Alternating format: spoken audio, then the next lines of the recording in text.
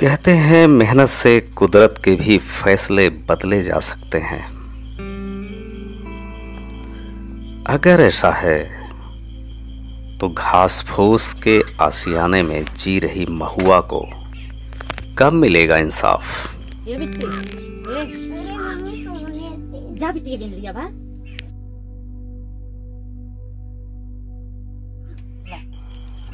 भूखे पेट जंगल की तरफ निकल पड़ी बच्ची का मुफलिसी के साथ जंग कब तक चलेगा।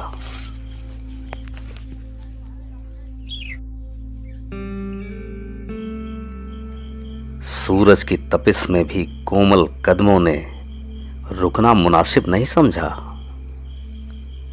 रोजमर्रा की जिंदगी का खर्च चलाने के लिए महुए का ही सहारा है। विषम परिस्थितियां किसी को भी मजबूर बना देती हैं और इन परिस्थितियों से लड़ने वाला बन जाता है योद्धा।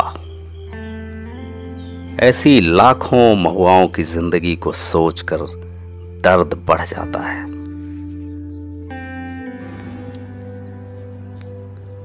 ये सूरज की असह्य तपिश और ये महुआ जिन्हें ज्ञान मंदिर में होना चाहिए, वे चलते रास्तों पर व्यवस्था का दंश झेल रहे हैं। उनकी आंखों के तमाम सवालातों का जिम्मेदार कौन है। कुछ लोगों को शायद पता भी नहीं कि वे देश की अव्यवस्था के शिकार हैं। जैसे महुआ, क्या कभी इस समाज ने इनका संघर्ष देखा? यदि नहीं तो क्यों नहीं देखा? अभी जिंदगी का लंबा रास्ता तय करना है।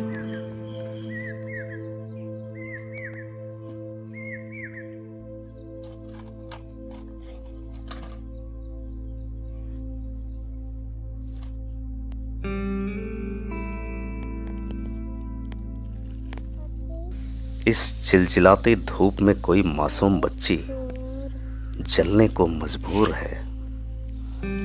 जलते अंगारों पर अभी कितने इम्तिहान बाकी हैं। ये जुर्म का सफर कब खत्म होगा। भगवान, क्या किसी का इतना गरीब होना जरूरी है?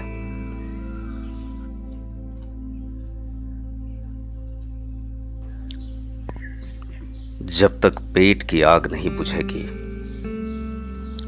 तब तक लाखों करोड़ों महुआओं को ईंट भट्ठों पर, जंगलों में, सड़कों पर, कारखानों में भटकना ही पड़ेगा।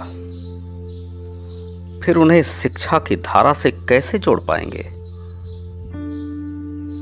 यदि हम इन्हें शिक्षा से जोड़ने में असफल रह गए तो हमारी सारी योजनाओं का उद्देश्य अधूरा ही रह जाएगा। विवश मां का हृदय अपनी बच्ची को पाकर निहाल हो गया।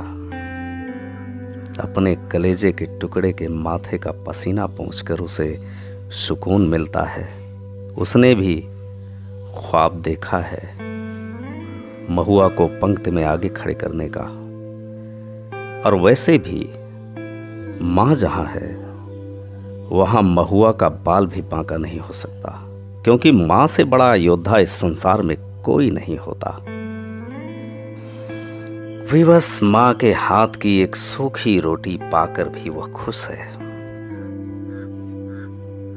उसे गुरूर है कि इसके लिए उसने चिलचिलाती धूप से मीठी मीठी बातें की हैं और धरती मां ने उसके जलते पैरों को अपने शीतल हाथों से सहलाया है। उसे विश्वास है कि उसका संघर्ष व्यर्थ नहीं जाएगा। वह एक दिन अवश्य कामयाब होगी, यह उसे पूर्ण विश्वास है। शिक्षा ही वह मजबूत शस्त्र है जिससे सारे दुखों से छुटकारा पाया जा सकता है।